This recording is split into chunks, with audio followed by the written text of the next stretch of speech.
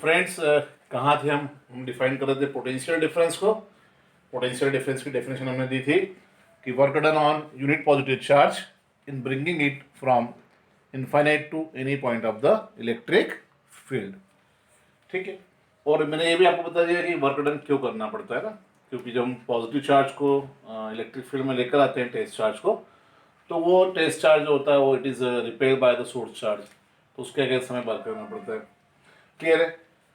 तो डेफिनेशन होती है work done on unit positive charge in bringing it from infinite to any point of the electric field, और formula हमारा बनता है V A is equal to W infinity upon q zero. यहाँ हम सब डिफाइन कर चुके थे। क्यू जीरो क्या आपका टेस्ट चार्ज है और डब्ल्यू इन्फिनिटी ए जो है work done on test charge bringing it from infinite to point. Definition को हम जब इजी बनाते हैं या डिफाइन करने के लिए क्या करते हैं कि हम यहाँ पे क्यू जीरो को मान लेते हैं +1। +1 का मतलब होता है यूनिट पॉजिटिव चार्ज। इसको हमने कंसिडर कर लिया, this is a unit positive charge. तो V A is equal to आपका हो जाएगा डब्ल्यू इन्फिनिटी ए। अब यहाँ से आप डेफिनेशन बता सकते हो, है ना, ये डेफिनेशन से आपका मैच कर रहा है। Work done on unit positive charge is bringing it from infinite to any point of electric field A is known as the electric potential at that point. तो पोटेंशियल क्या measure, potential is the measure of charge of a charge body. एक definition तो हमारी ये होती है। Second thing, जब हम पोटेंशियल को इलेक्ट्रिक फील्ड में डिफाइन करते हैं तो it is a work done on unit positive charge in bringing it from infinite to any point of electric field. ये कहलाता है आपका electric potential.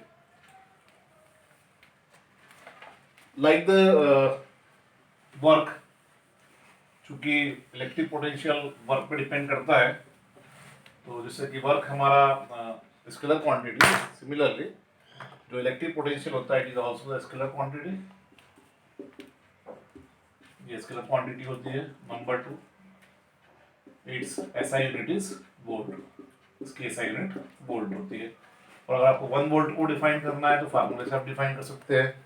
1 volt is equal to 1 joule upon 1 coulomb, right. 1 volt is equal to 1 joule upon 1 coulomb. यहाँ से आप 1 volt की definition दे सकते हैं। समटाइम्स 1 मार्क्स में क्वेश्चन पूछा जाता है डिफाइन 1 वोल्ट, यहाँ से आप डिफाइन कर सकते हो व्हाट इज 1 वोल्ट, है ना, कि if the work done on 1 coulomb charge is bringing from infinite to any point of electric field is 1 joule, then the potential at that point is 1 volt, है ना। यहाँ से डिफाइन कर सकते हैं। Very good. ना अभी जैसे हमने इलेक्ट्रिक पोटेंशियल को डिफाइन करा, सिमिलरली हम पोटेंशियल डिफरेंस को भी डिफाइन कर सकते हैं, है ना। वही डायग्राम हम यूज करेंगे पोटेंशियल को डिफाइन करने के लिए। वही हमारा सोर्स चार्ज होगा, पॉइंट ओ होगा। पोटेंशियल डिफरेंस भी फाइंड बिटवीन द 2 पॉइंट्स। हमेशा हम पोटेंशियल डिफरेंस 2 पॉइंट के बीच का निकालते हैं। तो जैसा हमने इलेक्ट्रिक पोटेंशियल को डिफाइन करा है वैसे ही हम पोटेंशियल डिफरेंस को डिफाइन करेंगे। जनरली हम क्या बोलते हैं, व्हाट इज पोटेंशियल डिफरेंस। तो पोटेंशियल डिफरेंस का मतलब होता है the difference of potential between 2 points.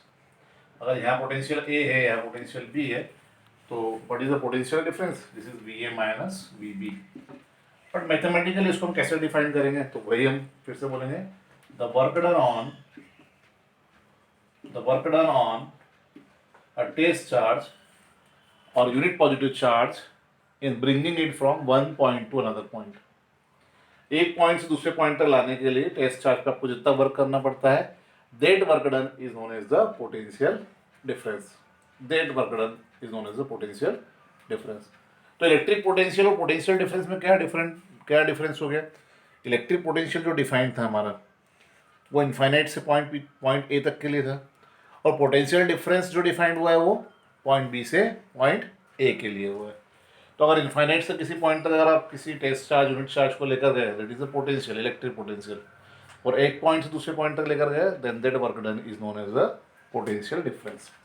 तो पोटेंशियल डिफरेंस को हमने लिखा V A minus V B is equal to W B upon q not. और इसको इजी बना लेते हैं डेफिनेशन के अकॉर्डिंग। तो क्यू जीरो को +1 कंसिडर कर लिया हमने।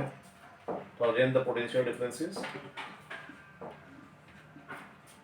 WBA,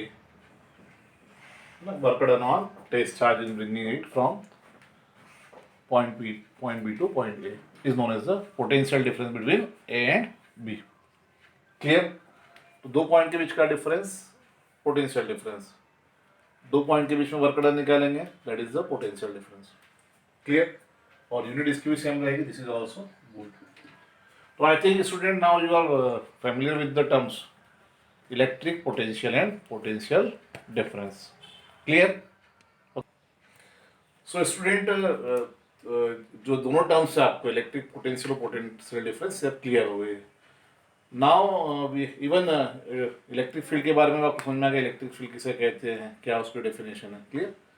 और कैसे हम इलेक्ट्रिक पोटेंशियल और पोटेंशियल डिफरेंस को डिफाइन करते हैं. चलिए आगे बढ़ते हैं हम. ठीक है, तो अब हम बात करते हैं कि what is electric current and how the electric current is produced in a circuit. Clear? Electric current क्या होता है और कैसे प्रोड्यूस होता है. So now we are going to discuss about the electric current. तो इलेक्ट्रिक करंट को discuss करने के पहले हम बात करते हैं मटेरियल्स की. According to the conductivity of material we classify the material in 3 category. कि मटेरियल में कितना कंडक्शन हो रहा है, कितना करंट फ्लो होता है, मतलब कौन सा मटेरियल कितना इजीली करंट को फ्लो होने देता है ना. उसके अकॉर्डिंग हम मटेरियल को 3 कैटेगरी में क्लासीफाई करते हैं. जैसे कि नंबर 1 आपको दिख रहा है यहाँ पे, सबसे पहला आता है कंडक्टर, और फिर है इंसुलेटर, और इन दोनों के बीच में आता है सेमीकंडक्टर. तो कंडक्टिविटी के अकॉर्डिंग हम मटेरियल को 3 कैटेगरी में डिवाइड करते हैं, है ना. Conductor, semiconductor, insulator. सेमीकंडक्टर के बारे में we will discuss about in the higher classes in class 12, right. तो कंडक्टर, सेमीकंडक्टर, इंसुलेटर. तो कंडक्टर किसे कहते हैं? जिसकी कंडक्टिविटी ज़्यादा होती है, जो करंट को इजीली फ्लो होने देता है ना, ऐसा हम कह सकते हो. जिसमें करंट इजीली फ्लो नहीं होता है वो इंसुलेटर की कैटेगरी में आता है. जैसे कि हम बात करें मेटल्स की, है ना, बोलते हैं ना all metals are good conductor of heat and electricity.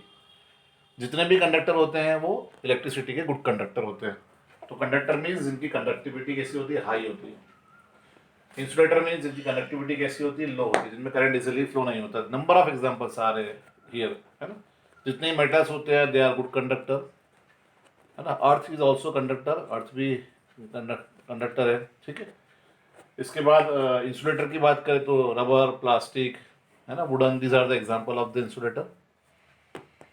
और a material whose conductivity lies between conductor and insulator.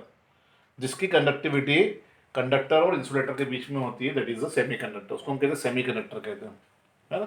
आगे जाके हम देखेंगे जर्मेनियम, सिलिकॉन जो एलिमेंट होते हैं वो सेमीकंडक्टर की कैटेगरी में आते हैं. तो कंडक्टर मीन्स जिसकी कंडक्टिविटी हाई, इंसुलेटर मीन्स जिसकी कंडक्टिविटी लो. और किस तरीके से हम डिफाइन करते हैं? Conductor means which contains. Conductivity क्यों होती है? Conductivity is mainly due to the free electrons. When free electrons moves on the surface of a body of a material, then it start to conduct. जब भी electron का movement start होता है, electron move करता है, तो this is the cause of flow of electricity. Clear? तो ऐसा हम कहते हैं conductor means which contains the number of loosely bounded electrons. जिसमें लूजली बाउंडेड इलेक्ट्रॉन होते हैं, जहाँ जरा सी भी उसको बाहर से एनर्जी मिली, थोड़ा टेम्परेचर मिला, वो इलेक्ट्रॉन फ्री हो जाते हैं, then they start to move. Clear? तो जिसमें लूजली बाउंडेड इलेक्ट्रॉन ज़्यादा होते हैं, फ्री इलेक्ट्रॉन ज़्यादा होते हैं, दैट इज अ कंडक्टर. तो मेरे यहाँ पर फर्स्ट जो फिगर आपको दिख रहा है, पहला वाला फिगर ए जो आपको दिख रहा है, दिस इज अ कंडक्टर. एक क्रॉस सेक्शन मैंने कंडक्टर का क्रॉस सेक्शन आपको दिखाया है. अभी ये जो कंडक्टर है इसमें आपको कुछ मैंने इलेक्ट्रॉन्स भी दिख रहा है. ये इलेक्ट्रॉन्स हैं हमारे, राइट. इलेक्ट्रॉन्स आपके मूव कर रहे हैं. क्लियर? लाइक दिस, यहाँ से यहाँ से, लाइक दिस. ठीक है. तो जो ये कंडक्टर है इसमें भी आप इलेक्ट्रॉन कैसे मूव कर रहे हैं? रेंडमली मूव कर रहे हैं. ये जो इलेक्ट्रॉन है भी इस कंडक्टर के, these are the free electrons. ये कैसे इलेक्ट्रॉन है? हमारे फ्री इलेक्ट्रॉन है. तो बाहर जैसे मैंने इसको कंडक्टर को, मटेरियल को सराउंडिंग टेम्परेचर दिया या बाहर से इसको टेम्परेचर मिला, टेम्परेचर के कारण ये इलेक्ट्रॉन क्या करते हैं? एनर्जी गेन करते हैं और they start to move, but in the random direction. Randomly move. जैसे कॉपर वायर को हमने ओपन रख दिया, तो कॉपर वायर ओपन है तो क्या उसमें करंट फ्लो होता है? बोले सर नहीं, करंट तो फ्लो नहीं हो रहा है, क्योंकि ओपन कॉपर वायर है, उसको हम टच करेंगे तो करंट नहीं लगता है. करंट फ्लो होता है, इलेक्ट्रॉन फ्लो होते हैं. इलेक्ट्रॉन क्यों फ्लो होते हैं? Due to thermal energy. Thermal energy कारण टेम्परेचर बढ़ता है, इलेक्ट्रॉन को एनर्जी मिलती है, तो स्टार्ट टू मूव, दौड़ लगाना स्टार्ट करता है. और उनका मोशन कैसा होता है? रैंडम मोशन होता है. और रैंडम मोशन के कारण यहाँ पर जो करंट कंस्टिट्यूट होता है, नेट करंट इज जीरो. यहाँ पे कोई करंट नहीं बन पाता है. मतलब करंट कितना होता है? जीरो होता है. तो जनरली करंट किस पर डिपेंड करता है? करंट डिपेंड करता है हमारे rate of flow of charge पर. करंट डिपेंड करता है rate of flow of charge पर डिपेंड करता है। क्लियर? तो जितना ज़्यादा चार्ज फ्लो, जैसे मान लीजिए 2 इलेक्ट्रॉन फ्लो हो रहे हैं कम करंट, 3 इलेक्ट्रॉन फ्लो में ज़्यादा करंट, अभी हम इसको मैथमेटिकल समझाते हैं, समझेंगे। तो इलेक्ट्रिक करंट की डेफिनेशन क्या है? What is electric current? Electric current is defined as the rate of flow of charge through any cross section of a conductor, है ना? किसी भी क्रॉस सेक्शन, कंडक्टर के किसी क्रॉस सेक्शन में से, किसी पर्टिकुलर एरिया में से, है ना, यूनिट टाइम में जितना करंट, जितने चार्ज फ्लो होते हैं, this is known as the electric current. ये डेफिनेशन बन गई हमारी, बहुत प्यारी डेफिनेशन है। The rate of flow of charge, है ना, flowing through any cross section of conductor is known as the electric current. Its unit is ampere, है ना? In the honor of ampere, ampere ने जब कुछ काम करा हो तो उनके ऑनर में हमने इसकी यूनिट रख दी एम्पियर। मैथमेटिकल कैसे लिखेंगे? I is equal to Q by T। Rate of flow of charge कैसे निकालते हैं? रेट निकालने के लिए हम क्या करेंगे? This is the time rate. Time rate निकालने के लिए हम क्या करते हैं? चार्ज में टाइम का डिवाइड कर देते हैं, चार्ज में टाइम का डिवाइड कर देते हैं। तो this is I is equal to Q by T। और Q को हम पहले डिफाइन कर चुके हैं, Q is equal to NE। Q is equal to, in last lecture में मैंने आपको बताया था, Q is equal to n e, तो I इज इक्वल टू कितना हो जाएगा? एनी बाय टी हो जाएगा। तो यहाँ से दिख रहा है नंबर ऑफ इलेक्ट्रॉन ज़्यादा होंगे तो ऑटोमेटिक आपका करंट ज़्यादा होगा, इसलिए हम बोलते थे rate of flow of charge is known as the electric current. There is more rate of charge, flow of charge, there is more currents. Its unit is ampere, इसकी यूनिट एम्पियर होती है। एक 1 एम्पियर को डिफाइन करना मैं आपको सिखाता हूँ। ऐसे 1 ampere is equal to 1 coulomb upon 1 second. 1 ampere भी आप यहाँ से डिफाइन कर सकते हैं। ये एम्पियर जो है, this is the big unit, जैसे कूलम बिग यूनिट है, ऐसी एम्पियर बिग यूनिट होती है। जनरली हम जो सर्किट्स वगैरह यूज़ करते हैं, जब लेबोरेटरी के अंदर यूज़ करते हैं, तो वहाँ करंट बहुत कम होता है, स्मॉलेस्ट करंट होता है, तो इसकी हमें स्मॉल यूनिट की भी रिक्वायरमेंट होती है। The smallest unit of current are the milli ampere and the micro ampere. Milli ampere का मतलब होता है, मिली मीन्स 10⁻³ यानी 1/1000। माइक्रो एम्पियर मीन्स होता है 10⁻⁶। ये सब छोटी छोटी यूनिट्स हैं, है ना? जैसे हम बोलते हैं ना मिलीमीटर, माइक्रोमीटर, ऐसे माइक्रो एम्पियर 10⁻⁶ एम्पियर। तो इस प्रकार से आप देख सकते हैं कि how we can define the electric current. अब फ्रेंड्स, आपके माइंड में एक बात आना चाहिए कि सर आपने कॉपर वायर लिया था, उसमें नेट करंट 0 था, अब मुझे तो करंट चाहिए, तो फिर क्या करना पड़ेगा? इसके लिए हमको इलेक्ट्रॉन्स को एक डायरेक्शन में लाइन करना रहेगा। बहुत इंपॉर्टेंट बात है ना? डिसिप्लिन, हम चाहते हैं कि हमारे इलेक्ट्रॉन कैसे फ्लो, डिसिप्लिन वे में फ्लो। तो what we do, we connect this conductor with an energy source. हम इसको एक एनर्जी सोर्स से कनेक्ट कर देते हैं। बोले सर ये एनर्जी सोर्स क्या होता है ना? हम इलेक्ट्रिक एनर्जी सोर्स की बात करें, मतलब को जहाँ से कुछ इलेक्ट्रिक एनर्जी मिले, तो जनरली 2 प्रकार के एनर्जी सोर्स में आपको बता रहा हूँ। तो हम 2-3 प्रकार से अलग अलग डिफाइन करते हैं बेसिकली, जो हम अभी सर्किट में यूज़ करते हैं। तो एक तो हमारा एनर्जी सोर्स होता है सेल आप लोग यूज़ करते हैं, है ना? दूसरी होती है बैटरी। अब सेल और बैटरी में क्या डिफरेंस है? आई थिंक छोटी क्लासेस में हमने पढ़ा ही होगा। Cell means this is the cell means nothing but this is the arrangement of 2 terminals, है ना? 2 टर्मिनल अगर जहाँ हमको दिखते हैं किसी इलेक्ट्रोलाइट सब्सटेंस के साथ में, है ना, केमिकल के साथ में, तो क्या बन जाता है? आपका सेल बन जाता है। सेल में 2 टर्मिनल होते हैं। तो बैटरी को हम सिंबॉलिकल रिप्रेजेंट करते हैं, तो battery is nothing but this is the combination of cell. Battery जो होता है वो सेल का कॉम्बिनेशन होता है। Got it? तो ये आपको समझ में आ रहा होगा ना सेल क्या है, बैटरी कैसे। अगर आप एनसीईआरटी की बुक देखेंगे तो आपको सिंबल दिए हुए हैं इलेक्ट्रिक सर्किट के अलग अलग, सेल का दिया है, बैटरी का दिया है। तीसरा आपको एक चीज़ यहाँ पे लगी हुई दिख रही है, की के लिखा हुआ है। के का मतलब होता है की। तो ये जो सिंबल है की का है, की का फंक्शन क्या होता है? It is use for the two open और क्लोज द सर्किट, है ना?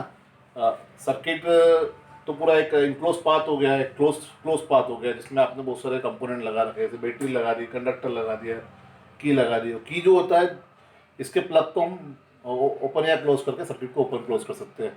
अगर सर्किट ओपन है इसका मतलब करंट फ्लो नहीं हो रहा है, और क्लोज है इसका मतलब करंट फ्लो हो रहा है। अगर की में प्लग लगा हुआ है मतलब आपका सर्किट क्लोज है ना? मैंने की का प्लग निकाल दिया तो ओपन हो गया, लगा दिया तो एज अ स्विच, मतलब कैसा काम करेगा? स्विच का काम करेगा। तो जैसे ही आपने यहाँ पे स्विच दबाया, आपने की का प्लग यहाँ पे लगाया, देन व्हाट हैपेंस, बैटरी का पॉजिटिव एंड किससे कनेक्ट होगा? कंडक्टर के ए एंड से कनेक्ट होगा। बैटरी का नेगेटिव एंड कंडक्टर के बी एंड से कनेक्ट होगा। जो पॉजिटिव से कनेक्ट एंड होता है this is at high potential, जो नेगेटिव से कनेक्ट होता है this is at low potential. तो ये हाई पोटेंशियल पर हो गया, ये लो पोटेंशियल पर हो गया। यहाँ पे एक इलेक्ट्रिक फील्ड जनरेट हो गया। इलेक्ट्रिक फील्ड हमेशा कहाँ से कहाँ होता है? हाई पोटेंशियल से लो पोटेंशियल की। Got it? आपने यहाँ पे बैटरी लगाई, बैटरी लगाने से इलेक्ट्रिक फील्ड आया, और ये क्यों नहीं समझ में आएगा आपको? आपने बैटरी लगाई है तो बैटरी लगाने से क्या हो रहा है, एक इन हाई पोटेंशियल पर आ गया, दूसरा लो पोटेंशियल पर आ गया, इलेक्ट्रिक फील्ड जनरेट हो गया। तो इलेक्ट्रिक फील्ड जनरेट हुआ तो यहाँ पे पोटेंशियल डिफरेंस क्रिएट हो गया, है ना? ये हाई पोटेंशियल है, लो पोटेंशियल, पोटेंशियल डिफरेंस, सब टर्म्स एक जैसे मिली जुली है ना? चलिए, अब what is the effect of this electric field? इसका इफेक्ट क्या आता है? इलेक्ट्रिक फील्ड के कारण क्या होगा, जो भी यहाँ पे फ्री इलेक्ट्रॉन है अदर एंड पे, बी एंड पर जो फ्री इलेक्ट्रॉन है, वो इलेक्ट्रॉन इस बैटरी के पॉजिटिव एंड से अट्रैक्ट होंगे, दे स्टार्ट टू मूव करना स्टार्ट कर दें। Now they have a fix direction. अब इनको हमने क्या करा है, बाहर से इलेक्ट्रिक फील्ड लगा के एक्सटर्नल इलेक्ट्रिक फील्ड की हेल्प से एक फिक्स डायरेक्शन में लाइन कर देते हैं, they are starting to move, यहाँ से मूव करना स्टार्ट करेंगे and they comes out from this end, इस एंड से बाहर आएंगे और यहाँ पर पॉजिटिव एंड पर आकर न्यूट्रल हो जाएंगे, है ना? इलेक्ट्रॉन हमेशा बैटरी के पॉजिटिव एंड पर आकर न्यूट्रल हो जाता है। सिमिलरली चूंकि यहाँ से इलेक्ट्रॉन निकल रहे हैं तो यहाँ पे पॉजिटिविटी बढ़ जाएगी, पॉजिटिव आयन प्रोड्यूस होंगे, जैसा कि हम पढ़ते हैं केमिस्ट्री के अंदर ना, जहाँ से इलेक्ट्रॉन निकलते हैं मूव होते हैं वहाँ पे पॉजिटिविटी क्रिएट होती है। तो यहाँ पे एक पॉजिटिव फील्ड क्रिएट होगा, ये पॉजिटिव फील्ड क्या करेगा, इस बैटरी के नेगेटिव टर्मिनल से, नेगेटिव टर्मिनल किसका है, बैटरी का, है ना? बैटरी का नेगेटिव टर्मिनल जो होता है वो क्या होता है, this is the source of electron, इसमें नेगेटिव आयन होंगे, तो ये क्या करेगा, यहाँ से इलेक्ट्रॉनों को अट्रैक्ट करेगा। तो देखिए आप, यू कैन सी हियर, बहुत बढ़िया पिक्चर बन रही है हमारी कि यहाँ से इलेक्ट्रॉन निकले थे अट्रैक्शन फोर्स के कारण, बहुत पॉजिटिव एंड पर आकर न्यूट्रल हो गए। यहाँ पे जो पॉजिटिव फील्ड क्रिएट हुआ है इलेक्ट्रॉनों के निकलने का, यहाँ से इलेक्ट्रॉन निकलते हैं और पॉजिटिविटी बढ़ती है, तो ये बैटरी के नेगेटिव एंड से इलेक्ट्रॉन को अट्रैक्ट करेंगे। नाउ यू कैन सी पूरे सर्किट में इलेक्ट्रॉन फ्लो हो रहे हैं, दिस इलेज, इले मतलब इलेक्ट्रॉन्स, ये जो इले है, जो इलेक्ट्रॉन है पूरे सर्किट में फ्लो हो रहे हैं। कैसे फ्लो हो रहे हैं साहब, ये फ्लो हो रहा है, अभी मुझे दिख रहा है एंटी क्लॉकवाइज डायरेक्शन में, ऐसे ऐसे फ्लो हो रहा है। अगर इलेक्ट्रॉन एंटी क्लॉकवाइज डायरेक्शन में फ्लो होते हैं तो हम करंट को क्लॉकवाइज डायरेक्शन में कंसिडर करते हैं। हमेशा हम करंट को जो होता है इलेक्ट्रिक फील्ड के डायरेक्शन में कंसिडर करते हैं, हमेशा हम करंट को जो है वो इलेक्ट्रॉन के अपोजिट डायरेक्शन में कनेक्ट करते हैं, हम कंसिडर करते हैं, है ना? हमेशा इलेक्ट्रिक करंट को हम इलेक्ट्रॉन के अपोजिट डायरेक्शन में कंसिडर करते हैं, है ना? ये हमारी कन्वीनियंस के लिए, इसलिए इसको कन्वेंशनल करंट भी हम कहते हैं, ठीक? तो अगर आप सर्च करेंगे electric current, conventional current, electronic current, तो आपको ये टर्म्स वहाँ पे मिल जाएगी। क्लियर है? सेपरेटली भी आप मुझसे डिस्कस कर सकते हैं, है ना? जैसा कि मैंने आपको पहले ही बताया, आई एम डॉक्टर विशाल जैन, ठीक है? आप मुझे सेपरेटली मुझसे बात कर सकते हैं, और मेरा जो नंबर है वो आपको पता ही है ना? You can WhatsApp me your problem 9893642096, ठीक है? डॉक्टर विशाल जैन, ठीक है? तो आई थिंक ये लेक्चर आपके लिए काफ़ी फ्रूटफुल रहा है। मैंने कहा था कि हम इसमें रेजिस्टेंस की भी बात करेंगे, पर चूँकि अभी लेक्चर हमारा काफ़ी बड़ा हो रहा है, तो हम नेक्स्ट लेक्चर, जो लेक्चर नंबर 3 आएगा, उसमें मैं आपको रेजिस्टेंस के बारे में समझाऊंगा, रेजिस्टेंस और ओम्स लॉ का हम यहाँ पे डिस्कस करेंगे, थ्योरेटिकली भी और एक्सपेरिमेंटली बात भी उसकी करेंगे।